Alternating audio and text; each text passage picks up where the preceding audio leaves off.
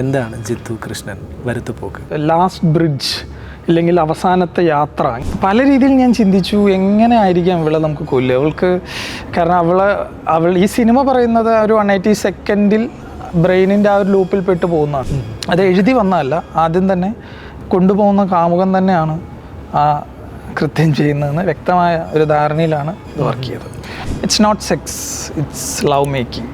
ഒരു കപ്പിളിനിടയിൽ നടക്കുന്ന ഒരു വളരെ രസകരമായിട്ടുള്ള ഒരു മൊമെൻ്റാണ് ആ ഒരു സീനിൽ ക്യാപ്ചർ ചെയ്തത്.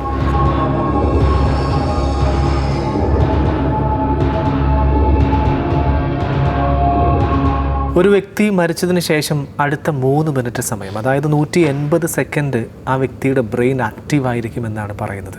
ആ 3 മിനിറ്റ് സമയത്തിൽ ബ്രെയിൻ നമ്മളോട് എന്താണ് പറഞ്ഞു തരിക? ആ ഒരു വിഷയമാണ് വരുത്തുപോക്ക് എന്ന ഷോർട്ട് ഫിലിം കൈകാര്യം ചെയ്യുന്നത്. ജിത്തു കൃഷ്ണൻ സംവിധാനം ചെയ്തിട്ടുള്ള വരുത്തുപോക്ക് എന്ന ഷോർട്ട് ഫിലിം ഇപ്പോൾ യൂട്യൂബിൽ ട്രെൻഡിങ്ങിലാണ്. ആ ഒരു ഷോർട്ട് ഫിലിമിൻ്റെ സംവിധായകനായിട്ടുള്ള ജിത്തു കൃഷ്ണനാണ് ഇന്ന് നമ്മുടെ കൂടെ ഗസ്റ്റ് റൂമിൽ ജോയിൻ ചെയ്യുന്നത്. Welcome to Ahalya FM 90.4 guest room. This is RJ Sunil with me Jithu Krishnan. Welcome. Thank U.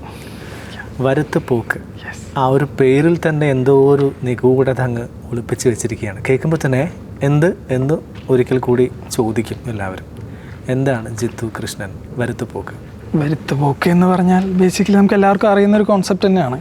അതായത് ഒരു 2 അമ്പലങ്ങളിൽ നിന്നും ഒരു തീഗോളം പോലെ ഇങ്ങനെ കാണുന്നത് ആരെങ്കിലും കണ്ടാൽ അത് ഇങ്ങനെ ഒരു ലൂപ്പിൽ പെട്ടുപോകും. ഇങ്ങനെ ഒരു കോൺസെപ്റ്റാണ് ബേസിക്കലി വരുത്തുപോക്ക് എന്നൊരു തിയറി നമുക്ക് വടക്കൻ ഭാഗങ്ങളിലൊക്കെ ഏറ്റവും കൂടുതൽ കേട്ട് വരുന്നത്. പക്ഷെ അതെല്ലാം ഉപരി നമ്മളിപ്പോൾ വരുത്തുപോക്കിൻ്റെ ഒരു കോണ്ടെക്സ്റ്റ് എന്താണെന്ന് നമ്മൾ ഇംഗ്ലീഷിലെടുത്താൽ അവിടെ കാണുന്നൊരു പോയിന്റ് എന്ന് വെച്ച് കഴിഞ്ഞാൽ നമ്മൾ ലാസ്റ്റ് ബ്രിഡ്ജ് ഇല്ലെങ്കിൽ അവസാനത്തെ യാത്ര, ഇങ്ങനെ ഒരു അർത്ഥം ആ ഒരു വരുത്തുപോക്കിനുണ്ട്. അപ്പം നമ്മുടെ സിനിമ കണ്ടവർക്കറിയാം എന്താണ് ആ ലാസ്റ്റ് പാസേജ് എന്നുള്ളത്. അപ്പം അതാണ് വരുത്തുപോക്ക് എന്നിടാൻ കാരണം. എന്നാൽ ഇപ്പോൾ നമ്മുടെ ഒരു കേരളത്തിൻ്റെ ആ ഒരു കൾച്ചറായിട്ട് അതിൻ്റെ ഒരു ബന്ധമില്ല. ആ ഒരു കോണ്ടെക്സ്റ്റ് മാത്രമാണ് ഞാൻ എടുത്തത്. കാരണം ഈ ഒരു ലൂപ്പ് എന്നൊരു സബ്ജക്റ്റ് ആയതുകൊണ്ടും ഇതിൻ്റെ ക്ലൈമാക്സ് ആ ഒരു ലാസ്റ്റ് യാത്ര ആയതുകൊണ്ടും ഈ സിനിമ ഒരു കംപ്ലീറ്റ്ലി ഒരു യാത്ര ആയതുകൊണ്ടുമാണ് വരുത്തുപോക്ക് എന്ന പേരിടാൻ കാരണം. ഒരു മിസ്റ്ററി ത്രില്ലറാണ് നമ്മുടെ ഷോർട്ട് ഫിലിം അല്ലേ? യെസ്, സൈക്കോളജിക്കൽ ത്രില്ലർ എന്നും പറയാം. ഓക്കെ. ഈ ഒരു പേര് ശരിക്കും മലയാളം പേര് തന്നെയാണോ വരുത്തുപോക്ക്? തീർച്ചയായിട്ടും മലയാളം പേര് തന്നെ. പക്ഷെ നമ്മൾ അധികം കേൾക്കാത്തൊരു വാക്കാണെന്ന് തോന്നുന്നു അല്ലേ? ഓക്കെ. എങ്ങനെയാണ് ഇത് കിട്ടിയത്, ഈ ഒരു പേര്? ഞാൻ പണ്ട് വായിച്ച പുസ്തകങ്ങളിൽ നിന്നും കിട്ടിയതാണ്. എനിക്കറിയാം, പണ്ട് തന്നെ മുത്തശ്ശിയൊക്കെ ഇങ്ങനെ പറഞ്ഞിട്ടുണ്ട് വരുത്തുപോക്ക് എന്ന്. പിന്നെ അതെല്ലാം ഉപരി ഞാൻ ഈ അടുത്തൊരു യാത്ര ചെയ്തപ്പോൾ എൻ്റെ ഒരു സുഹൃത്ത് ഈ ഒരു വരുത്തുപോക്ക് എന്നൊരു വിഷയത്തിനെ കുറിച്ചിട്ട് അവരുടെ നാട്ടിൽ നടന്ന ഒരു പഴയൊരു തോട്ട് ഇങ്ങനെ ഷെയർ ചെയ്തിരുന്നു. അപ്പോഴേ എനിക്ക് തോന്നി വരുത്തുപോക്ക് കൊള്ളാലോ. അങ്ങനെ ഞാനൊന്ന് ChatGPT-യിലൊക്കെ എടുത്ത് നോക്കിയപ്പോൾ വരുത്തുപോക്കിൻ്റെ ഒരു ഇംഗ്ലീഷ് മീനിങ് എന്ന് പറഞ്ഞു കഴിഞ്ഞാൽ ഫൈനൽ പാസേജ് എന്നൊരു മീനിങ് ആണ്, ലാസ്റ്റ് യാത്ര. അപ്പോൾ തോന്നി നമ്മളുടെ സിനിമയിലും 2 പേരും ഒരു യാത്ര പോവുകയാണ്, ഒരു അവസാനം ഒരു യാത്രയാണ് പോകുന്നത്. അപ്പോൾ എന്തുകൊണ്ട് ആ പേരിന് ഇട്ടുകൂടാ എന്നുള്ളൊരു തോട്ടിലാണ് വരുത്തുപോക്ക് എന്നുള്ള പേരിട്ട്. ഇപ്പോൾ സിനിമയെല്ലാം നമ്മൾ സെറ്റ് ചെയ്ത് കഴിഞ്ഞതിന് ശേഷമാണ് ഈ ഒരു പേര് അന്വേഷിച്ചത്? അല്ല, നേരത്തെ തന്നെ എൻ്റെ മൈൻഡിൽ അതിൻ്റെ ഒരു ഐഡിയ ഉണ്ടായിരുന്നു. അപ്പോൾ ഈ ഒരു തോട്ട് മൈൻഡിൽ ഞാൻ അതിൻ്റെ ഒരു സീഡ് ഇങ്ങനെ ഡെവലപ്പ് ചെയ്യുന്ന പോയിന്റിൽ തന്നെ ഞാൻ എൻ്റെ ഒരു പേര് ആലോചിച്ചിരുന്നു. പിന്നെ ഞാൻ ആദ്യം ഇട്ട പേര് റീകോൾ എന്നായിരുന്നു. പിന്നെ റീകോൾ പിന്നെ സ്ക്രിപ്റ്റ് എഴുതി നമ്മൾ സ്ക്രിപ്റ്റ് ലോക്ക് ചെയ്തപ്പോഴാണ് റീകോൾ വേണ്ട, നമുക്കൊരു മലയാളം പേരെന്നെ വേണം എന്നുള്ളൊരു തോട്ടിലാണ് വരുത്തുപോക്ക് എന്ന പേര് ലോക്ക് ചെയ്തത്. ഒരു ഡിഫറെൻ്റ് ആയ തീമാണ് വരുത്തുപോക്ക്. അതെങ്ങനെയാണ് ആ ഒരു തീം മനസ്സിലേക്ക് വരുന്നത്? ബേസിക്കലി ലൂപ്പ് എന്നൊരു കോൺസെപ്റ്റാണ് നമ്മുടെ സബ്ജക്റ്റ്. അപ്പം ഞാൻ ഈ റൺ ലോല റൺ എന്ന് പറഞ്ഞൊരു ജർമ്മൻ മൂവി ഉണ്ട്, എൻ്റെ ഭയങ്കര ഫാനാണ്. പിന്നെ ലൂപ്പ് ഒരുപാട് സിനിമകളുണ്ട്.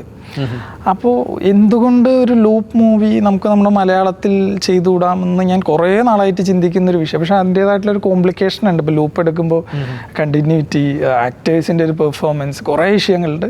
പിന്നെ ഒരു പോയിന്റിൽ തോന്നി ഓക്കെ നമുക്കിത് ചെയ്യാം എന്ന് തോന്നി. അപ്പോൾ അതിന് എന്നെ സപ്പോർട്ട് ചെയ്തത്, ഇപ്പം ഇങ്ങനത്തെ ഒരു സാധനം നിർമ്മാണം ചെയ്യാൻ അതിനൊരു പ്രൊഡ്യൂസർ വേണം. അപ്പോൾ അത് എൻ്റെ പ്രീതി ക്രിസ്റ്റീന പോൾ എന്നാണ് എൻ്റെ പ്രൊഡ്യൂസർ. ഞാൻ പ്രീതിയോട് കഥ പറഞ്ഞു. അപ്പോൾ മറ്റൊരു പ്രൊഡ്യൂസറാണെങ്കിൽ ചിലപ്പോൾ ഒന്ന് ബാക്ക് ഓഫ് ചെയ്യും. അപ്പോൾ പ്രീതി കേട്ടപ്പോൾ തന്നെ പറഞ്ഞു ഓക്കെ നമുക്കിത് ചെയ്യാം, ഇതൊരു ഫ്രഷ് പരിപാടിയാണ്. അങ്ങനെയാണ് വരുത്തുപോക്ക് സംഭവിക്കുന്നത്. പ്രീതി ഇല്ലെങ്കിൽ ഒരിക്കലും വരുത്തുപോക്ക് സംഭവിക്കില്ല. പ്രീതി എന്ന് പറയുമ്പോൾ പ്രീതിയാണ് ഇതിലെ ലീഡായിട്ട് അഭിനയിച്ചിരിക്കുന്നത്. അവൾ തന്നെയാണ് എൻ്റെ പ്രൊഡ്യൂസർ. ആകെ 3 ക്യാരക്ടറാണ് ഈ ഒരു സിനിമയിലുള്ളത്, ഷോർട്ട് ഫിലിമിലുള്ളത്. അതിൽ രണ്ടുപേരെ മാത്രമേ നമ്മൾ കാണുന്നുള്ളൂ. മൂന്നാമതൊരു അജ്ഞാതനായിട്ടുള്ള വ്യക്തിയാണ് നായകനും നായികയും. അതായത് നായകൻ അമൽ കെ ഉദയ് എന്ന് പറഞ്ഞ ക്യാരക്ടറാണ്, നായിക പ്രീതി ക്രിസ്റ്റ്യൻ. അപ്പോൾ പിന്നെ സ്ട്രേഞ്ചറെ അഭിനയിച്ച സന്ദീപ് എന്ന് പറഞ്ഞ ഞാൻ തന്നെ പഠിപ്പിച്ചിട്ടുള്ള എൻ്റെ ഒരു സ്റ്റുഡൻ്റ് ആണ്, ആക്ടിങ് സ്റ്റുഡൻ്റ് ആണ്. അവനാണ് ഇത് ചെയ്തിരിക്കുന്നത്. ഭയങ്കര അവൻ്റെ ഫേസ് കണ്ടിട്ടില്ല, മേ ബി അടുത്ത പടത്തിൽ ഉറപ്പായിട്ട് സന്ദീപിനെ ഇൻക്ലൂഡ് ചെയ്യിക്കണം. ഓക്കെ, ഇത് ശരിക്കും നമ്മളെങ്ങനെ പേടിപ്പിക്കുന്ന രീതിയിലുള്ള ഹെഡ്ഫോണൊക്കെ വെച്ച് കേൾക്കുകയാണെങ്കിൽ നമുക്കൊരു ഇങ്ങനെ പേടി ഭയമൊക്കെ ഇങ്ങനെ വരും. അങ്ങനെയുള്ളൊരു ജോണർ ഇഷ്ടമാണോ ജിത്തുന്? സത്യം പറഞ്ഞാൽ ഇതിൽ ഞാൻ പേടിപ്പിക്കണം എന്ന് ഉദ്ദേശിച്ചിട്ടില്ല. കാരണം എൻ്റെ ഒരു ഉദ്ദേശം എന്ന് വെച്ച് കഴിഞ്ഞാൽ ആ ഒരു മൂഡിലേക്ക് അവരെത്തിക്കണം. ആ ഫോറസ്റ്റും ആ ഒരു കാടിൻ്റെ ഒരു ആംബിയൻസിലേക്ക് പ്രേക്ഷകനെ കൊണ്ടുപോകണം. ഒരു 26 മിനിറ്റ് ആ ഒരു വേൾഡിൽ അവരൊന്ന് യാത്ര ചെയ്യിപ്പിക്കണം എന്ന് മാത്രമേ ഞാൻ ഉദ്ദേശിച്ചുള്ളൂ. പിന്നെ ഓഫ്കോഴ്സ് ഇത് മ്യൂസിക് ചെയ്തിരിക്കുന്ന ഇർഫാൻ എന്ന് പറഞ്ഞ എൻ്റെ മ്യൂസിക് ഡയറക്ടറാണ്. ഇത് എന്താ പറയുക, ഇതിൻ്റെ മിക്സിങ്ങും കാര്യങ്ങളൊക്കെ ആനന്ദാണ് ചെയ്തിരിക്കുന്നത്, സൗണ്ട് ഡിസൈനറാണ്. അപ്പോൾ ഇവരുടെ ഒരു വലിയൊരു സപ്പോർട്ടുണ്ട് എന്നെ ബാക്കപ്പ് ചെയ്യാൻ. അങ്ങനത്തെ ഒരു മൂഡ് ആ സൗണ്ടിലും വിഷ്വല് അരുൺ ശിവൻ എന്ന് പറഞ്ഞ ക്യാമറാമാൻ, വാമനൻ എന്ന് പറഞ്ഞ മൂവിയുടെയൊക്കെ ക്യാമറാമാനാണ് അരുൺ സാർ. അപ്പോൾ ഇവരുടെ എല്ലാവരുടെ ഒരു സപ്പോർട്ടോട് കൂടിയിട്ടാണ് അങ്ങനത്തെ ഒരു ഫീൽ കൊണ്ടുവന്നത്. പക്ഷെ ഡെഫിനറ്റ്ലി പേടിപ്പിക്കണം എന്ന് ഞാൻ വിചാരിച്ചിട്ടില്ല. ഒന്നും ഞാൻ പറഞ്ഞില്ല, ആ ഒരു മൂഡിലേക്ക് എത്തിക്കണം എന്ന് മാത്രമാണ് ഞാൻ ചിന്തിച്ചുള്ളൂ അൾട്ടിമേറ്റ്ലി. ഓക്കെ, ഇപ്പോൾ സിനിമ എല്ലാവർക്കും ഉള്ളൊരു സംശയമാണ് നായിക എങ്ങനെയാണ് മരിക്കുന്നത്. അപ്പോൾ ലിപ് ലോക്ക് ചെയ്തുകൊണ്ടിരിക്കുന്നു, ആ ലിപ് ലോക്ക് കഴിയുന്നു, അങ്ങനെ നായിക മരിക്കുകയാണ്. അതാണ് ക്ലൈമാക്സിൽ നമ്മൾ കാണുന്നത്. അവസാനം നായകൻ ഒരു കാര്യം പറയുന്നുണ്ട്, അഡ്വാൻസ് കൊടുത്തോളൂ, അവൾ പോയി, ആ സുഖത്തിൽ അങ്ങ് പോയി എന്ന് മാത്രമേ പറയുന്നുള്ളൂ.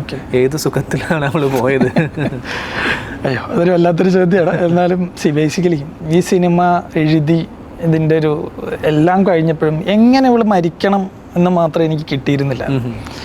പല രീതിയിൽ ഞാൻ ചിന്തിച്ചു, എങ്ങനെ ആയിരിക്കാം ഇവളെ നമുക്ക് കൊല്ലുക. അവൾക്ക് കാരണം അവൾ ഈ സിനിമ പറയുന്നത് ഒരു 180 സെക്കൻഡിൽ ബ്രെയിനിൻ്റെ ആ ഒരു ലൂപ്പിൽ പെട്ട് പോകുന്നതാണ്. അപ്പം ആ മരണം അത്ര മാത്രം ഇമ്പാക്റ്റ് ഉണ്ടായിരിക്കുന്നതായിരിക്കണം എന്ന് ഞാൻ ഇപ്പം ഇങ്ങനെ ആലോചിച്ചൊരു പോയിന്റിലാണ് ഞാൻ എൻ്റെ ടീമൊക്കെ ആയിട്ടൊക്കെ ഇങ്ങനെ സംസാരിക്കുന്ന ഒരു സാഹചര്യത്തിൽ വന്നൊരു ഐഡിയ ആണ്, വാട്ട് ഇഫ് നമുക്ക് ഒരു സൈനേറ്റ് ത്രൂ നമുക്ക് അവളെ കൊന്നൂടാ എന്നൊരു ചിന്ത വന്നു. അപ്പോൾ സൈനേറ്റ് ത്രൂ എങ്ങനെ കൊല്ലാം എന്ന് ആലോചിച്ചപ്പോഴാണ് എനിക്ക് തോന്നിയത്, ഓക്കെ, ഒരു കൈൻഡ് ഓഫ് ആ സിനിമ കണ്ടവർക്കറിയാം, ഈ സിനിമയുടെ തുടക്കം മുതൽ ഈ നായകൻ്റെ മിഡിൽ ഫിംഗറിൽ ഒരു ബാൻഡേജ് ഇട്ടിട്ടുണ്ട്. അപ്പോൾ ഇൻ ദ ക്ലൈമാക്സ് അവളുടെ ഒരു സ്കേർട്ടിലേക്ക് കൈ വെക്കുന്നത് എന്തിനാണെന്ന് ബാക്കിയുള്ള ഊഹിക്കാം. പിന്നെ ആ കൈ എടുക്കുന്നതുമായിട്ടുള്ള ഒരു ഷോട്ടിലൂടെ അവൾ എങ്ങനെയാണ് മരിച്ചത് എന്നുള്ളത് ക്ലിയർ ആയിട്ട് ഞാൻ അതിൽ പറഞ്ഞിട്ടുണ്ട്. ത്രൂ ഹിസ് ഫിംഗറാണ് മരിക്കുന്നത്. ആ ഒരു പീക്ക് ഓർഗാസത്തിൽ തന്നെ മരണം സംഭവിക്കണം എന്നുള്ളത് കൊണ്ടാണ് അങ്ങനത്തെ ഒരു മരണം ഞാൻ കൊടുത്തത്. പക്ഷേ എനിക്ക് ആദ്യം കണ്ടപ്പോൾ അതെനിക്ക് മനസ്സിലായില്ല, ഇതെങ്ങനെയാണ് മരിക്കുന്നത് എന്ന് മനസ്സിലായില്ല. അങ്ങനെയുള്ള ചോദ്യങ്ങൾ ആരെങ്കിലും ഒക്കെ കണ്ടിട്ട് ആ ചോദ്യം ഉന്നയിച്ചിരുന്നു. ഒരുപാട് പേര് ലിപ് ലോക്കിലാണ് മരിച്ചതെന്നാണ് എന്നോട് പലരും വിളിച്ച് പറഞ്ഞത്. പക്ഷെ അല്ല, ലിപ് ലോക്കിൽ മരിച്ച രണ്ടുപേരും മരിക്കും. അതെ. അപ്പോൾ സ്വാഭാവികമായിട്ട് ഞാൻ ഒരു പെനിട്രേഷനിലൂടെയാണ് മരിക്കുന്നത് ബേസിക്കലി. അതുകൊണ്ടാണ് ഞാൻ തുടക്കം തന്നെ ഫിംഗറിൽ ഞാൻ അത് രജിസ്റ്റർ ചെയ്ത് പോയത്. എനിക്ക് ഉറപ്പാണ് ഇതൊരു സെക്കൻഡ് വാച്ചിൽ ഈ സാധനം കിട്ടും 100%. കാരണം ഞാൻ കൈ ഇടുന്നത് എടുത്തിട്ടുണ്ട്, കയ്യിൽ നിന്ന് പുറത്തേക്ക് എടുക്കുന്ന, പിന്നെ മലയാള സിനിമയാണ്, നമുക്ക് എല്ലാത്തിനൊരു പരിമിതിയുണ്ട്. അതുകൊണ്ട് നമുക്ക് മനസ്സിലാവുന്ന രീതിയിൽ എടുത്തിട്ടുണ്ട്. എന്നാൽ എനിക്ക് ഒരുപാട് സ്പൂൺ ഫീഡ് ചെയ്യാനും താല്പര്യമില്ലാത്തതുകൊണ്ടാണ് അങ്ങനത്തെ ഒരു രീതിയിൽ തന്നെ ഷൂട്ട് ചെയ്ത് വെച്ചത്. ഓക്കെ, ഇതിൻ്റെ ഒരു തീം എന്ന് വെച്ച് കഴിഞ്ഞാൽ തന്നെ ആഫ്റ്റർ ഡെത്ത് അല്ലേ, ആ 3 മിനിറ്റ് സമയം, 180 സെക്കൻഡ് സമയം ആക്റ്റീവായിരിക്കും നമ്മുടെ ബ്രെയിൻ. ആ ബ്രെയിൻ നമുക്ക് എന്തൊക്കെയോ കാണിച്ചു തരും എന്നുള്ളതാണല്ലോ. ഈ ഒരു തിയറി എവിടെ നിന്നാണ് ജിത്തുവിന് കിട്ടുന്നത്? ബേസിക്കലി ഇപ്പോൾ ഈ മരണം എന്നൊരു കോൺസെപ്റ്റ് എന്ന് പറയുമ്പോൾ ബേസിക്കലി നമ്മളിപ്പോൾ ഒരാൾ മരിക്കുമ്പോൾ ആദ്യം ആളുടെ ഹൃദയം പതുക്കെ നിലയ്ക്കും. ഹൃദയം നിലച്ചു കഴിഞ്ഞാൽ സ്വാഭാവികമായിട്ട് ഹൃദയത്തിൽ നിന്നും ബ്രെയിനിലേക്ക് പോകുന്ന ഓക്സിജൻ്റെ അളവ് പതുക്കെ കുറഞ്ഞ് ബ്രെയിനിലുള്ള ന്യൂറോൺ സെൽസ് പതുക്കെ കുറയാൻ തുടങ്ങും. I mean brain cells. ആ ബ്രെയിൻ സെൽസ് നശിക്കുന്ന സമയമാണ് ഈ 180 സെക്കൻഡ്സ്. ആ 180 സെക്കൻഡിൽ ഇപ്പോൾ പല തിയറീസ് ഉണ്ട്. പല തിയറീസിൽ പല വേർഷൻസാണ് പല ഡോക്ടേഴ്സും പറയുന്നത്. പക്ഷേ എന്നെ ഇതിൽ ഇൻസ്പയർ ചെയ്തിട്ടുള്ളത് പ്രൂഫ് ഓഫ് എ ഹെവൻ എന്ന് പറഞ്ഞൊരു പുസ്തകമുണ്ട്. ഈതൻ അലക്സാണ്ടർ ആണ് തോന്നുന്നു അതിൻ്റെ റൈറ്റർ, എനിക്ക് കറക്റ്റ് ഓർമ്മയില്ല. ആ ബുക്കിൽ നിയർ ഡെത്ത് എക്സ്പീരിയൻസിനെ കുറിച്ചിട്ട് വളരെ രസകരമായിട്ട് പുള്ളി എഴുതിയിട്ടുണ്ട്.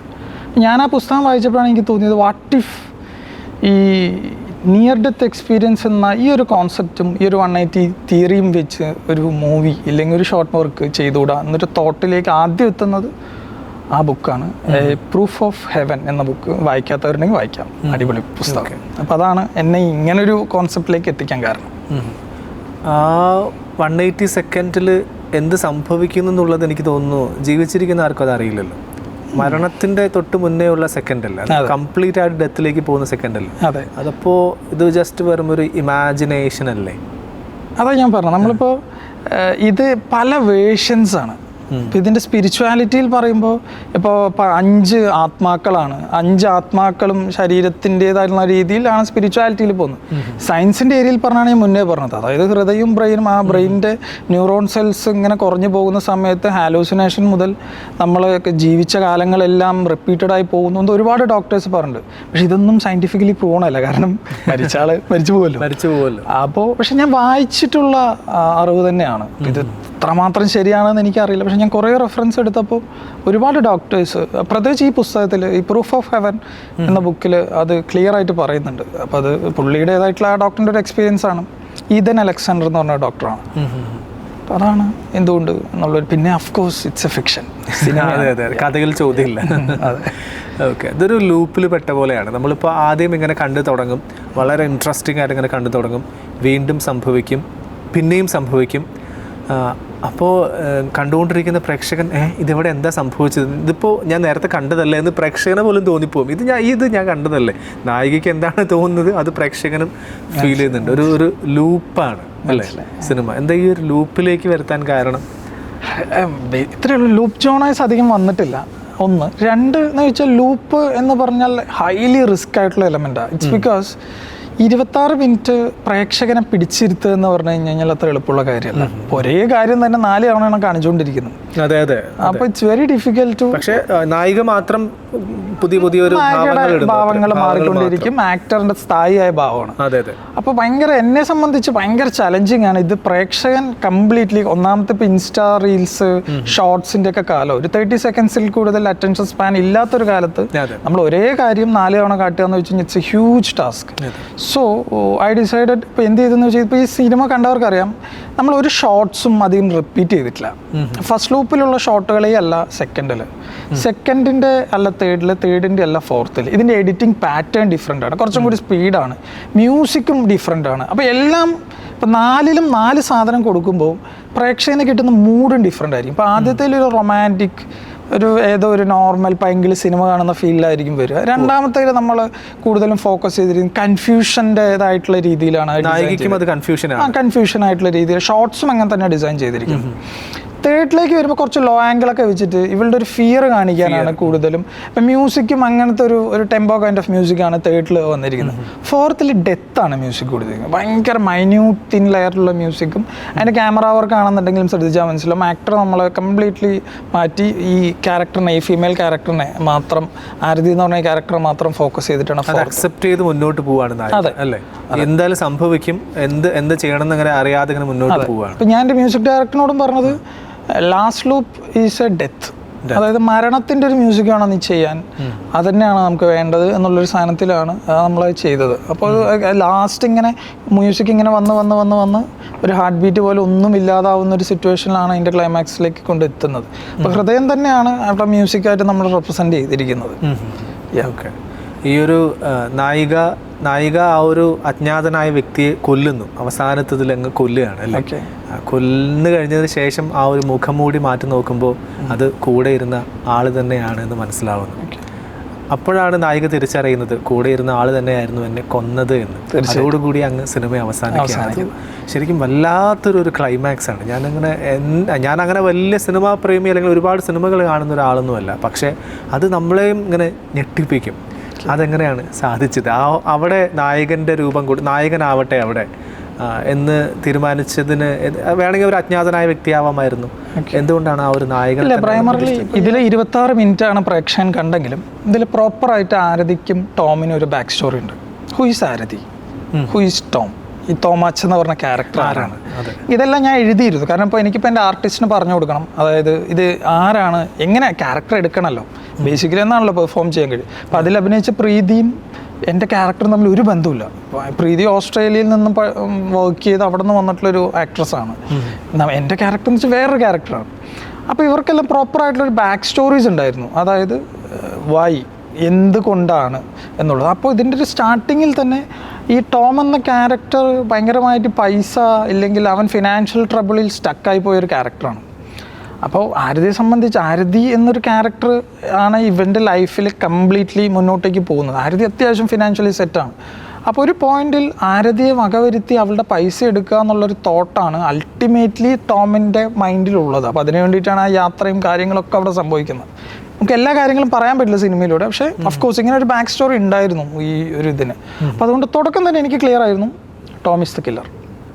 അത് എഴുതി വന്നതല്ല, ആദ്യം തന്നെ കൊണ്ടുപോകുന്ന കാമുകൻ തന്നെയാണ് ആ കൃത്യം ചെയ്യുന്നതെന്ന് വ്യക്തമായ ഒരു ധാരണയിലാണ് ഇത് വർക്ക് ചെയ്തത്. ഇപ്പോൾ നമ്മൾ സിനിമകളിലേക്ക് വരുന്ന സമയത്ത് ഇപ്പോൾ ഒരു ട്രെൻഡാണല്ലോ, നായകൻ തന്നെയാണ് വില്ലൻ അല്ല. അതുവരെ നമ്മൾ നായകനായിട്ട് ആരാധിച്ചു പോരുന്ന ആ വ്യക്തി തന്നെയായിരിക്കും മിക്കവാറും സിനിമകളിൽ അവസാനം വില്ലനായിട്ട് വരിക. യഥാർത്ഥ വില്ലൻ ഇവൻ തന്നെയായിരുന്നു എന്ന് വരിക. അങ്ങനെ എന്തെങ്കിലും ഇൻഫ്ലുവൻസ് ഉണ്ടായിരുന്നു? ഇല്ല, അങ്ങനെയൊന്നും ഉണ്ടായിരുന്നില്ല. കാരണം ആ ഒരു ജോണർ ഉണ്ടല്ലോ, അങ്ങനെയുള്ള സംഭവങ്ങളൊക്കെ നമ്മൾ ഒരുപാട് തമിഴിലും മലയാളത്തിലൊക്കെ നമ്മൾ ഒരുപാട് കണ്ടിട്ടുണ്ട് അല്ലേ. പ്രേക്ഷകനെ അവസാനം ഞെട്ടിപ്പിക്കുന്ന ഒരു മനസ്സിലായി ക്ലൈമാക്സ് ഒക്കെ ആയിരിക്കും. അങ്ങനെ ഉണ്ടായിരുന്നില്ല, കാരണം ഞാൻ എപ്പോഴും ഓർഗാനിക്കായിട്ട് എഴുതുന്ന ആളാണ്. പിന്നെ അങ്ങനെ എഴുതിയാൽ അങ്ങനെ ഒരുപാട് ഇംപ്രവൈസ് ചെയ്യില്ല. കൂടുതലും 90% റൈറ്റിങ്ങിൽ തന്നെ സ്റ്റിക്ക് ഓൺ ചെയ്യുന്ന ഒരാളാണ്. അതുകൊണ്ടാണ്. ഇതിന്റെ ഷൂട്ടൊക്കെ എവിടെയായിരുന്നു? ഇടുക്കിയിലായിരുന്നു. കാട്, ആ ഒരു അറ്റ്മോസ്ഫിയർ ഒക്കെ ഇടുക്കി തന്നെയായിരുന്നു. ഓക്കെ, എങ്ങനെയായിരുന്നു ആ ഒരു ടൈം പീരീഡ്? എങ്ങനെ? ഭയങ്കര ചലഞ്ചിങ് ആയിരുന്നു, കാരണം നൈറ്റാണ്, നല്ല മഴയുണ്ടായിരുന്നു, പിന്നെ മൃഗങ്ങളുടെ കുറച്ച് പ്രശ്നങ്ങളുണ്ടായിരുന്നു. മൊത്തത്തിൽ ഭയങ്കര ഹെക്റ്റിക് ആയിരുന്നു ഷൂട്ട്. എനിക്ക് തോന്നുന്നു ഇത്രയും കഷ്ടപ്പെട്ട് ഞാൻ ഒരു മൂവി ചെയ്തിട്ടില്ല. ഇറ്റ്സ് വെരി ഡിഫിക്കൽട്ട്, ഭയങ്കര പാടായിരുന്നു. എത്ര ദിവസം എടുത്തു ഷൂട്ടിനൊക്കെ? 5 days. 4 days normal shoot, 1 day patch എന്നുള്ള രീതിയിലായിരുന്നു ഷൂട്ട്. 3 days കഴിയുമായിരുന്നു, ബട്ട് 1 day മഴ വന്ന് മൊത്തം നമ്മുടെ പ്ലാൻ മൊത്തം അങ്ങോട്ട് പാളി. അപ്പോൾ എങ്ങനെ ഉണ്ടായിരുന്നു ആ ഒരു എക്സ്പീരിയൻസ്? 5 ദിവസങ്ങൾ ഭയങ്കര നല്ല എക്സ്പീരിയൻസ് ആയിരുന്നു. പക്ഷെ ഡെഫിനറ്റ്ലി ഇപ്പോൾ ഞാൻ എപ്പോഴും പറയും, എൻ്റെ പ്രൊഡ്യൂസറിൻ്റെ എൻ്റെ അടുത്ത് ചോദിച്ചായിരുന്നു പലരും ഇതൊരു സിനിമ ആയിക്കൂടെ. ഞാൻ പറഞ്ഞു ഇല്ല, ഞാൻ ലൂപ്പിനി ഇല്ല, ഞാനിനി ഒരിക്കലും ലൂപ്പ് ചെയ്യില്ല എന്ന് തീരുമാനിച്ചതോടെ. കാരണം വേറെ ഒന്നുമല്ല, ഇറ്റ്സ് വെരി ഹെക്റ്റിക്. നമ്മളൊരു നോർമൽ മൂവി ചെയ്യുന്നതിനേക്കാൾ ഒരു 3-4 മടങ്ങ് ബുദ്ധിമുട്ടാണ് ഒരു ലൂപ്പ് എന്നൊരു കോൺസെപ്റ്റ് പുൾ ഓവർ ചെയ്തെടുക്കാൻ. അതെ, തീർച്ചയായിട്ടും. അതുകൊണ്ട് ഇത് മതി, ഇതിപ്പോൾ അത്യാവശ്യം നല്ല അഭിപ്രായമുണ്ട്, അതിൽ ഞാൻ ഹാപ്പിയാണ്, അതങ്ങനെ പോട്ടെ.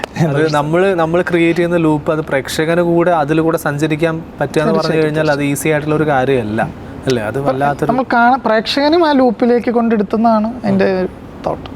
തീർച്ചയായിട്ടും. ഈ ഒരു തോമാച്ചനും നായകനും അപ്പോൾ അവര് തമ്മിലുള്ള ബന്ധം എന്താണ്? ഫ്രണ്ട്സ് ആണ്.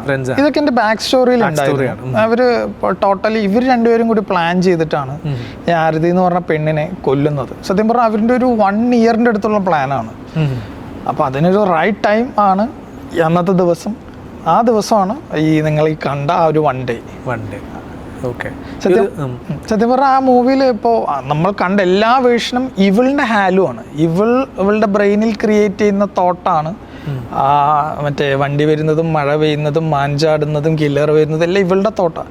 റിയാലിറ്റി ആ സിനിമയിൽ അവസാനത്തെ 2 minute മാത്രമേ ഉള്ളൂ. അതായത് ആ മരിച്ച് കിടക്കുന്നതിൻ്റെ മരിക്കുന്നതിൻ്റെ തൊട്ട് മുന്നേ വരെയുള്ള സീൻ മാത്രമാണ് റിയാലിറ്റി. ബാക്കിയെല്ലാം ഒരു കൈൻഡ് ഓഫ് ഒരു ഹാലു ലൂപ്പിലാണ് അവളും പെടുന്നത്, പ്രേക്ഷകനെയും ഒരു പരിധി വരെ ഞാൻ പെടുത്താൻ ശ്രമിച്ചത്. ഓക്കെ. ഈ ഒരു സ്റ്റോറി തയ്യാറാക്കാനായിട്ട് എത്ര സമയം എടുത്തു? തിങ്ക് ഒരു 1 week. അത്രേ ഉള്ളൂ? ഒരാഴ്ച കൊണ്ട് സെറ്റാക്കിയായിരുന്നു അല്ലേ? ഓക്കെ. അതിൽ എന്തെങ്കിലുമൊക്കെ ഓൾട്ടർനേറ്റീവ് ക്ലൈമാക്സ് അല്ലെങ്കിൽ വേറെ എന്തെങ്കിലുമൊക്കെ ഉണ്ടായിരുന്നു? എങ്ങനെ ഇവിടെ മരിക്കണം എന്ന് മാത്രമായിരുന്നു ഒരു കൺഫ്യൂഷൻ ആയിട്ടുണ്ടായിരുന്നു. പക്ഷെ ബാക്കിയെല്ലാം ഉണ്ടായിരുന്നു. 1 week. തിങ്ക് എനിക്ക് തോന്നുന്നു ഞാൻ ഒരു കൊടൈക്കനാൽ യാത്രയിലാണ് എനിക്ക് ഇങ്ങനത്തെ ഒരു കോൺസെപ്റ്റ്, ഞാൻ കാട്ടിലൂടെ ഇങ്ങനെ ട്രാവൽ ചെയ്തൊരു പോയിന്റിൽ എനിക്ക് തോന്നിയൊരു ആശയമാണ് എന്തുകൊണ്ടാണ് നമ്മുടെ ആ വായിച്ച പുസ്തകവും ഈ യാത്രയും തമ്മിലൊന്ന് ബ്ലെൻഡ് ചെയ്ത് വിടാന്നുള്ളൊരു തോട്ടിലേക്ക് വന്നത്. യാത്ര കഴിഞ്ഞ് വന്ന് ഞാൻ ഫസ്റ്റ് തന്നെ ഈ തോട്ട് ഞാൻ എൻ്റെ പ്രൊഡ്യൂസർ പ്രീതിയോട് ഞാൻ പറഞ്ഞു, എടാ ഇങ്ങനെ ഒരു സബ്ജക്റ്റ് ഉണ്ട്, എന്താ ചെയ്ത എന്താണ് ചോദിച്ചപ്പോൾ അവൾ പറഞ്ഞു നീ എഴുത് എന്ന് പറഞ്ഞു. ഞാൻ വിത്തിൻ 2 days എൻ്റെ സ്ക്രിപ്റ്റ് ഞാൻ കൊടുത്തായിരുന്നു. പിന്നെ അങ്ങനെ പ്രൊജക്റ്റ് സംഭവിച്ച.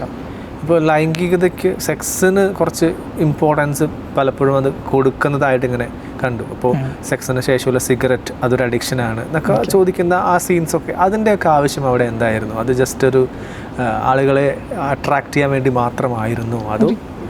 ഒരിക്കലല്ല.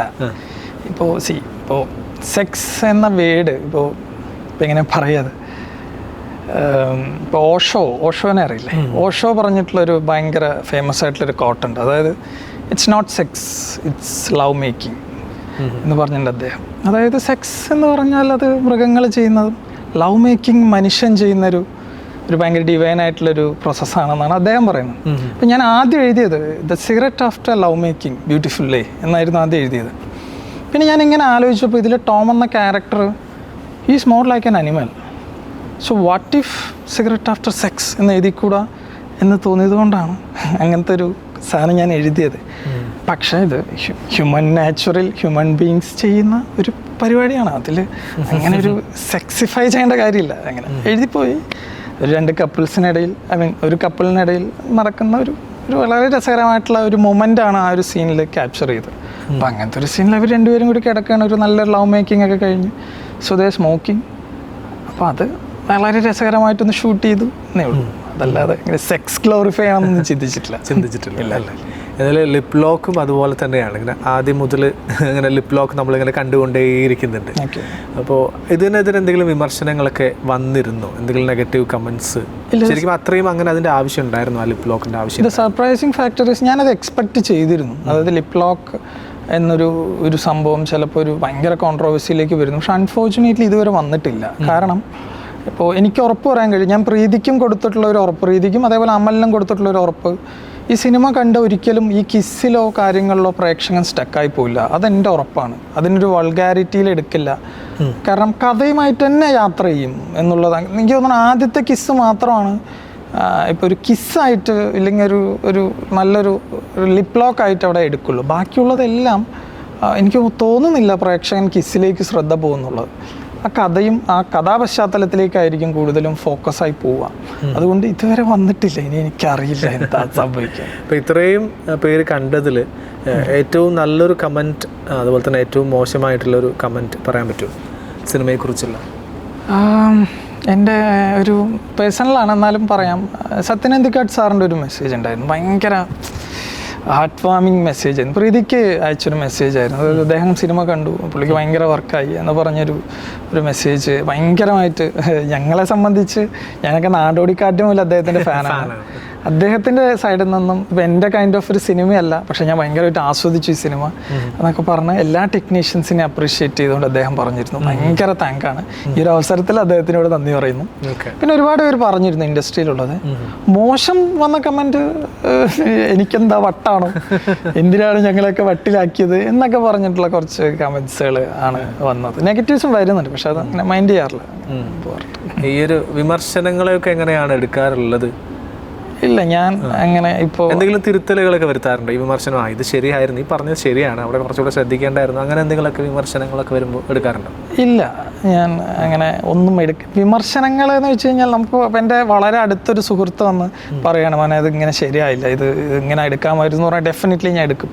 നമ്മുടെ സീനിയേഴ്സൊക്കെ വന്ന് പറഞ്ഞാൽ എടുക്കും. പക്ഷേ ഞാൻ കമൻസുകൾ അങ്ങനെ മൈൻഡ് ചെയ്യാറില്ല. അപ്പോൾ കമൻറ്റുകളിൽ കുറേ വിമർശനങ്ങൾ വരുന്നുണ്ട്. കാരണം അത് നമ്മുടെ ഒരു പേഴ്സണൽ പീസിനെ ബാധിക്കും. ഇപ്പോൾ ഞാനിപ്പോൾ ഒരു സ്ക്രിപ്റ്റിങ്ങിലാണ്, അത് കഴിഞ്ഞു, വരുത്തുപോക്കി സോവോ. അത് അതിൻ്റേതായിട്ടുള്ള രീതിയിൽ ഇഷ്ടപ്പെടുന്നവർക്ക് ഇഷ്ടപ്പെടാം, ഇല്ലാത്തവർക്ക് അത് വിമർശിക്കാം. പക്ഷേ ഓഫ് കോഴ്സ് ഇപ്പോൾ നല്ല കമൻസുകൾ ഇപ്പോൾ നമ്മുടെ തന്നെ സർക്കിളിലുള്ള തന്നെ വരുമ്പോൾ ഉറപ്പായിട്ട് നമ്മൾ റീതിങ്ക് ചെയ്യും. ഓക്കെ, അങ്ങനെ എടുക്കാമായിരുന്നു. ജോജു ജോർജ് വിളിച്ചു എന്നൊക്കെ അറിഞ്ഞിരുന്നു ഈ ഒരു സിനിമ കണ്ടിട്ട്.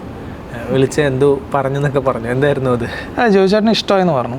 ഭയങ്കര വർക്കായി, ഭയങ്കര രസമായിട്ട് ചെയ്തിട്ടുണ്ട്. ഇപ്പോൾ മെയിൻലി പ്രീതിയും അതിൻ്റെ ബ്രെയിനിലെ ആക്ടേഴ്സിനെയും മൊത്തത്തിൽ അതിൻ്റെ മേക്കിങ്ങും കാര്യങ്ങളൊക്കെ ഇഷ്ടമായെന്ന് പറഞ്ഞിട്ട് അദ്ദേഹം വിളിച്ചിരുന്നു. എൻ്റെ ഭയങ്കര ഞങ്ങളെ സംബന്ധിച്ച് അതൊരു അവാർഡാണ് പുള്ളിയൊക്കെ വിളിച്ച് ഉള്ളത്. അപ്പോൾ പുള്ളിയുടെ ഇരട്ട കണ്ട് ഭയങ്കര ഫാനായതായിരുന്നു പുള്ളിയെ. അപ്പോൾ it's A very happy moment. അത്രയ്ക്ക് ഈ ഒരു കാൻ ഫിലിം ഫെസ്റ്റിവലിൽ പ്രദർശനത്തിനായിട്ട് എത്തിയിരുന്നു. അപ്പോൾ ഉള്ള ഒരു അനുഭവം എങ്ങനെയായിരുന്നു? അത് സെലക്ട് ചെയ്തു എന്നൊക്കെ അറിഞ്ഞപ്പോൾ? ഹാപ്പി ആയിരുന്നു, ഞാൻ വളരെ ഹാപ്പി ആയിരുന്നു. ഞങ്ങൾ ഇത് കിട്ടുമെന്ന് അറിയില്ലായിരുന്നു, അയച്ചായിരുന്നു, സെലക്ഷനിലേക്ക് വന്നു. ഹാപ്പി ആയിരുന്നു. പക്ഷെ ഞങ്ങൾക്ക് പോകാൻ കഴിഞ്ഞില്ല അൺഫോർച്ചുനേറ്റ്ലി. But happy. അവിടെ നിന്ന് ആരെങ്കിലും കണ്ട് മെസ്സേജ് വല്ലതും ഇല്ല, ആരും അങ്ങനെ. എൻ്റെ 1-2 സുഹൃത്തുക്കൾ പോയിട്ടുണ്ടായിരുന്നു, പക്ഷെ അത് കണ്ടിട്ടുള്ള നമുക്കൊരു വീഡിയോസോ കാര്യങ്ങളോ അങ്ങനെ ഒന്നും കിട്ടിയിരുന്നില്ല. ഓക്കെ. ഈ ഒരു തുടക്കക്കാരനാണല്ലോ അല്ലേ, ഈ ഒരു സിനിമാ മേഖലയിൽ ഇങ്ങനെ തുടക്കക്കാരനാണ്. ഈ ഒരു തുടക്കക്കാരൻ നേരിടുന്ന പ്രതിസന്ധികളെ കുറിച്ചൊന്ന് പറയും. ഇപ്പോൾ ഒരുപാട് പേർക്ക് ആഗ്രഹം ഉണ്ടാവും, ഇപ്പോൾ സംവിധായകൻ, സ്ക്രിപ്റ്റ് റൈറ്റർ, അഭിനേതാവാൻ, ടെക്നീഷ്യൻസിലേക്ക് വരാൻ, അങ്ങനെ ഒരുപാട് പേർക്ക് ആഗ്രഹം ഉണ്ടാവില്ല സിനിമയിലേക്ക് വരാൻ. കാര്യം അതൊരു വേറൊരു വേൾഡ് ആണല്ലോ. ഉറപ്പായിട്ടും. അപ്പോൾ ഒരു തുടക്കക്കാരൻ എന്ന നിലയ്ക്ക് എന്താണ് ഇപ്പോൾ ഫീൽ ചെയ്ത് കൊണ്ടിരിക്കുന്നത്? സിനിമ എന്ന് പറഞ്ഞാൽ അത് വേറെ ലോകം തന്നെയാണ്. അപ്പോൾ സിനിമയിൽ നമുക്ക് സസ്റ്റെയിൻ ചെയ്യാൻ അൾട്ടിമേറ്റ്ലി നമുക്ക് വേണ്ട ഒരു കാര്യം എന്ന് വെച്ച് കഴിഞ്ഞാൽ പ്രോപ്പറായിട്ടുള്ള റീഡിങ്, വായന ഇല്ലാതെ നമുക്ക് ഇവിടെ ഒരു സെക്കൻഡ് പോലും സർവൈവ് ചെയ്യാൻ കഴിയില്ല. അപ്പോൾ പ്രോപ്പർ റീഡിങ്ങും നമ്മളെ തന്നെ അപ്ഡേറ്റ് ചെയ്തുകൊണ്ടിരുന്ന് കഴിഞ്ഞാൽ നല്ല ആശയങ്ങൾ നമുക്ക് എഴുതാൻ കഴിയും. നല്ല ആശയങ്ങൾ തന്നെ നമ്മൾ ഓട്ടോമാറ്റിക്കലി സിനിമയിലേക്ക് എത്തിക്കുന്നതാണ് എൻ്റെ ഒരു വിശ്വാസം. ചിലവർ ഇതിൻ്റെ ഒരു ഫാൻറ്റസി വേൾഡും ഇതിൻ്റെ ഒരു മണി ഫെയിമും അതല്ലാതെ വേറെ കുറേ ഫെയിമുകളിലും വരുന്ന ഒരുപാട് ആൾക്കാരുണ്ട്. ഇപ്പോൾ സെലിബ്രിറ്റി ഫെയിം, മണി ഫെയിമിലൊക്കെ വരുന്ന ആൾക്കാർ.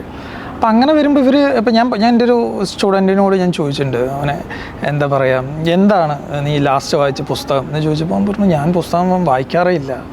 ഞാൻ ചോദിച്ചു, പത്രം വായിച്ചിട്ടുണ്ടോ? ഇല്ല, പത്രം വായിക്കാറില്ല. അപ്പോൾ ഇങ്ങനെയുള്ളവർ എങ്ങനെയാണ് ഇവിടെ പിടിച്ചിരിക്കുകയെന്ന് എനിക്കറിയില്ല. പക്ഷേ വായന, നല്ല സിനിമകൾ കാണാനും ഉള്ളൊരു മൈൻഡും അത് കാണുന്ന ഒരാളും ആണെന്നുണ്ടെങ്കിൽ ഡെഫിനറ്റ്ലി സിനിമയിലും അവർക്കൊരു സ്പേസ് ഉണ്ട്. കാരണം അവരുടെ ചിന്തകൾ വളർന്ന എഴുത്ത് വളർന്നാൽ നമ്മൾ ജനങ്ങളിലേക്ക് എത്തും. നമ്മൾ പോലും അറിയാതെ നമ്മുടെ വായന നമ്മളവിടെ എത്തിക്കുന്നതാണ് എൻ്റെ ഒരു വിശ്വാസം. ഇനിയും പുതിയ സിനിമാ പ്രോജക്റ്റുകളൊക്കെ വന്നുകൊണ്ടിരിക്കുന്നു. അത് റിവീൽ ചെയ്യാറായിട്ടില്ല എന്നാണ് പറഞ്ഞത് ജിത്തു. പക്ഷെ എങ്കിലും എന്താണ് അടുത്ത പരിപാടികൾ എന്തൊക്കെയാണ്? ഒരു ഫീച്ചർ ഫിലിമിൻ്റെ റൈറ്റിംഗ് ഓൾമോസ്റ്റ് കഴിഞ്ഞു. അപ്പം അതിൻ്റെ അനൗൺസ്മെൻറ്റ് ഒഫീഷ്യലി എന്താണേലും ഉണ്ടാവും സൂൺ. അപ്പം ഞാനും വെയിറ്റിംഗ് ആണ്. അപ്പോൾ നമുക്ക് അങ്ങനെ ഒരു ഒഫീഷ്യൽ വരാത്തതുകൊണ്ടാണ് അത് പറയാതിരിക്കുന്നത്. അപ്പോൾ അത് ഉണ്ടാവും, സംഭവിക്കാതെ. ഓക്കെ. എന്തെങ്കിലും ആഗ്രഹങ്ങളൊക്കെ ഉണ്ടോ മനസ്സിൽ? എല്ലാവർക്കും ഉണ്ടാവും. നമ്മൾ ഈ ഓരോ ഫീൽഡിലേക്ക് പോകുമ്പോൾ അവിടെ ഇന്ന ആളെ പോലെ ആവണം, അല്ലെങ്കിൽ ഇന്നൊരു സ്പേസിൽ എത്തണം എന്നൊക്കെ ആഗ്രഹങ്ങളൊക്കെ ഉണ്ടാവും. അങ്ങനെ എന്തെങ്കിലും? നല്ല സിനിമ ചെയ്യണം. നമ്മൾ എഴുതുന്ന കാര്യങ്ങൾ സംവിധാനം ചെയ്യുന്നത് പ്രേക്ഷകർ ഇഷ്ടപ്പെടണം. എല്ലാവരുടെ ആഗ്രഹം തന്നെയാണ്. നമുക്ക് എല്ലാവർക്കും ഇഷ്ടമാവുന്ന നല്ല സിനിമകൾ ചെയ്യണം എന്നുള്ളതാണ് അൾട്ടിമേറ്റ്ലി എൻ്റെ ആഗ്രഹം. ഓക്കെ. ഈ ഒരു വരുത്തുപോക്ക് എന്ന ഷോർട്ട് ഫിലിമിലേക്ക് വീണ്ടും വരുന്ന സമയത്ത് എന്തുകൊണ്ട് പ്രേക്ഷകൻ ഈ ഒരു വരുത്തുപോക്ക് കാണണം? വരുത്തുപോക്ക് എന്തുകൊണ്ട് കാണണം? ഇപ്പോൾ 26 മിനിറ്റ്, ഇപ്പോൾ നേരത്തെ പറഞ്ഞ പോലെ 30 സെക്കൻഡ് പോലും മാറ്റിവെക്കാനില്ലാത്ത ആൾക്കാരാണ്. അത്രയും തിരക്കുള്ള ഒരു സമയത്താണല്ലോ നമ്മളൊക്കെ ജീവിക്കുന്നത്. അപ്പം അങ്ങനെയെങ്കിൽ 26 മിനിറ്റ് ഒരാളുടെ ലൈഫിൽ എന്തുകൊണ്ട് വരുത്തുപോക്കിനായിട്ട് മാറ്റിവെക്കണം? വരുത്തുപോക്ക് എന്തുകൊണ്ട് മാറ്റിവെക്കണം എന്ന് ചോദിച്ചാൽ, ഇപ്പോൾ എത്രയോ സമയം ഒരുപാട് കാര്യങ്ങൾക്ക് വേണ്ടി ചിലവഴിക്കുന്നുണ്ട്. പലവരും പല കാര്യങ്ങൾക്ക് എൻ്റെ സിനിമ കാണണമെന്നല്ല ഞാൻ പറയുന്നത് ആ ഒരു 26 മിനിറ്റ് ഇപ്പോൾ അവരിയ്ക്കുന്ന ഒരു പ്രസൻറ്റ് വേൾഡിൽ നിന്നും മറ്റൊരു ലോകത്തേക്ക് കുറച്ച് നേരം ഒരു റോളർ കോസ്റ്റർ റൈഡിലേക്ക് കൊണ്ടുപോകാൻ കഴിയും എന്നാണ് എൻ്റെ ഒരു വിശ്വാസം. നമ്മളിപ്പോൾ വണ്ടർലയിലൊക്കെ പോയില്ലേ, അതുപോലെ ഒരു 26 മിനിറ്റ് അവർ എൻജോയ് ചെയ്യിപ്പിക്കാൻ കഴിയും എന്നാണ് എൻ്റെ വിശ്വാസം. അപ്പം അതിന് വേണ്ടിയിട്ട് വേണമെങ്കിൽ യൂട്യൂബിൽ പ്രത്യേകിച്ച് ചിലവൊന്നുമില്ല, ഒന്ന് കണ്ടാൽ കുറച്ച് ഇൻ്റർനെറ്റ് മാത്രം മതി. എപ്പോഴെങ്കിലും രാത്രിയിൽ ഹെഡ്ഫോണൊക്കെ വെച്ചൊന്ന് കണ്ടാൽ ആ ഒരു റോളർ കോസ്റ്റർ റൈഡിലേക്ക് ഒന്ന് യാത്ര ചെയ്യാം എന്നാണ്. ഓക്കെ. അതിനുള്ള കോണ്ടന്റ് നമ്മൾ അവിടെ ഒരുക്കി വെച്ചിട്ടുണ്ട് അല്ലേ? അത് ഒരുപാട് പേര് കണ്ടിട്ട് അഭിപ്രായങ്ങളും അറിയിക്കുന്നുണ്ട്. ഒരുപാട് പേര് പറയുന്നുണ്ട്. ഇത് മിക്സഡ് ആണ്. ചിലവർക്ക് ഇത് എന്ത് പടമാണെന്ന് ചോദിക്കുന്നവരുണ്ട്, എന്നാൽ ഗംഭീര വർക്ക് എന്ന് പറയുന്നവരുണ്ട്. എനിക്കൊരു മിഡിൽ റെസ്പോൺസ് ഇതുവരെ വന്നിട്ടില്ല. ഒന്നില്ലെങ്കിൽ ഭയങ്കര ഹൈ, ഇല്ലെങ്കിൽ ഭയങ്കര ലോ. അത് മാത്രമല്ല, അത് ഒരു തവണ കണ്ടാൽ ചിലപ്പോൾ നമുക്കൊന്നും പിടികിട്ടണമെന്നില്ല അല്ലേ? 2 തവണ കണ്ടു കഴിഞ്ഞാൽ പിന്നെ നമുക്ക് കൂടുതൽ കാര്യങ്ങൾ നമുക്ക് മനസ്സിലാവും എന്നാണ് എനിക്ക് തോന്നിയത്. ശരിയല്ലേ? അത് ശരിയാണ്. ഇതൊരു മൾട്ടിപ്പിൾ വാച്ച് മൂവിയാണ്. ബേസിക്കലി 2 തവണ ഇത് കണ്ടാലാണ് എന്താണ് ഇതിൻ്റെ റിയൽ സബ് ടെക്സ്റ്റ് എന്ന് ക്ലിയർ ആയിട്ട് മനസ്സിലാവുള്ളൂ. ഇതിൻ്റെ ലാസ്റ്റ് എഴുതി വെച്ചത് പോലും വ്യക്തിപരമായിട്ട് എനിക്ക് താല്പര്യം ഉണ്ടായിരുന്നില്ല 180 സെക്കൻഡ് എഴുതി വെക്കാൻ. പിന്നെ നമ്മൾ പലവരും പറഞ്ഞില്ല, അതും കൂടി എഴുതി വെച്ചില്ലെങ്കിൽ ഒന്നും മനസ്സിലാവില്ല എന്ന് പറഞ്ഞതുകൊണ്ടാണ് ഓക്കെ എന്ന് പറഞ്ഞിട്ട് ചെയ്തത്. പക്ഷേ ഇറ്റ്സ് റിപ്പീറ്റ്. 2 തവണ കണ്ടാൽ ഉറപ്പായിട്ട് മനസ്സിലാവും, അത് ഞാൻ ഗ്യാരണ്ടി. പ്രത്യേകിച്ച് ക്ലൈമാക്സ് ഒക്കെ ഒന്ന് നിരീക്ഷിച്ച് കണ്ടാൽ ഉറപ്പായിട്ട് എല്ലാ ചോദ്യങ്ങൾക്കുള്ള ഉത്തരം ഞാൻ അവിടെ തന്നെ കൊടുത്തിട്ടുണ്ട്. ഓക്കെ, അപ്പോൾ എന്തായാലും എല്ലാവിധ ആശംസകളും നേരെയാണ്. ഇനിയും നല്ല സിനിമകൾ ചെയ്യാനായിട്ട് പറ്റട്ടെ, ഇനിയും എൻ്റെ മുമ്പിൽ വന്ന് ഇരിക്കാനായിട്ട് അവസരങ്ങൾ ഉണ്ടാവട്ടെ എന്ന് ഞാൻ ആശംസിക്കുന്നു. എൻജോയ് ചെയ്തോ? അടിപൊളി, നല്ല ഇൻ്റർവ്യൂ ആയിരുന്നു, നൈസ്, ഭയങ്കര ഹാപ്പി ആയിരുന്നു. Okay, thank you so much Jithu. വീണ്ടും കാണാം. വരുത്തുപോക്ക് എന്ന ഷോർട്ട് ഫിലിമിൻ്റെ സംവിധായകൻ ജിത്തു കൃഷ്ണനാണ് ഇന്ന് നമ്മുടെ കൂടെ ഗസ്റ്റ് റൂമിൽ ജോയിൻ ചെയ്ത്. വിശേഷങ്ങളും അതിഥികളും ഇനിയും ഉണ്ടാകും, അതെല്ലാം കാണാം കേൾക്കാം. അതുവരേക്കും നന്ദി, നമസ്കാരം.